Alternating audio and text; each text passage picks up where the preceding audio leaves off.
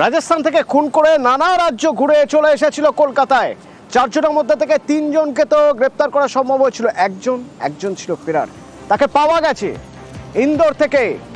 শর্প shooter Zuber Ahmed, কিভাবে তাকে গ্রেপ্তার করা সম্ভব হলো? কলকাতা থেকে ইন্দোর চলে গেল বা কিভাবে? প্রীতি রয়েছে আমার সঙ্গে। পুলিশ কি বলছে প্রীতি?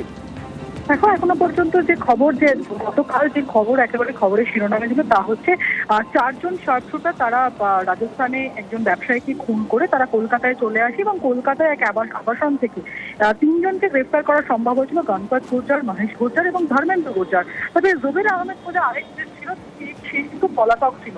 তবে আজকে ইন্দোরে তাকে গ্রেফতার করা হয়েছে এবং ইতিমধ্যে যেটা খবর, যে কলকাতা থেকে সে ইন্দোরে পৌঁছে গেছে। সে কোন পথে পৌঁছেছে, কার সঙ্গে দেখা করে সে সেখানে পৌঁছেছে, কে এই জুবের আহমেদকে সাহায্য করেছে, পুরোটাই কিন্তু অবস্থা জেনেছে পুলিশ। এবং তাকে গ্রেফতার করার পর এই যে 3 জনকে গ্রেফতার করা হয়েছে, তাদের 4 জনকে একসঙ্গে রাজস্থান পুলিশ বসিয়ে একসঙ্গে জেরা করবে এবং তদন্তে যা উঠে আসে বিস্তারিত জানা যাবে সেই যে জিজ্ঞাসাবাদ পর্বে পড়ে।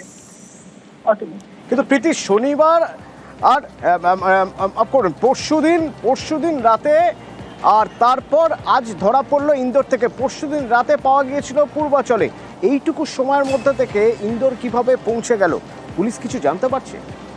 দেখো, এই যে জুবের আহমেদ, সে আদৌ ওই 3 জনের সঙ্গে কলকাতায় কতক্ষণ ছিল এবং এখানে কতটা ফুটফল হয়েছিল, এই সমস্ত কিন্তু পুলিশের কাছে এখনো পর্যন্ত স্পষ্ট নয়। তাই জন্য যে 3 জনকে কলকাতা থেকে গ্রেফতার করা হয়েছে, এই গুর্জরকে, সেই 3 জনের সঙ্গে এই জুবের আহমেদ, একে বসানো হবে।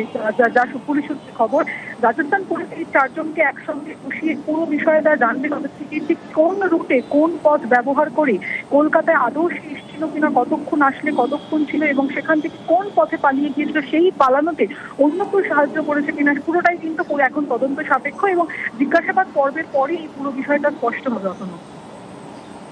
ধন্যবাদ।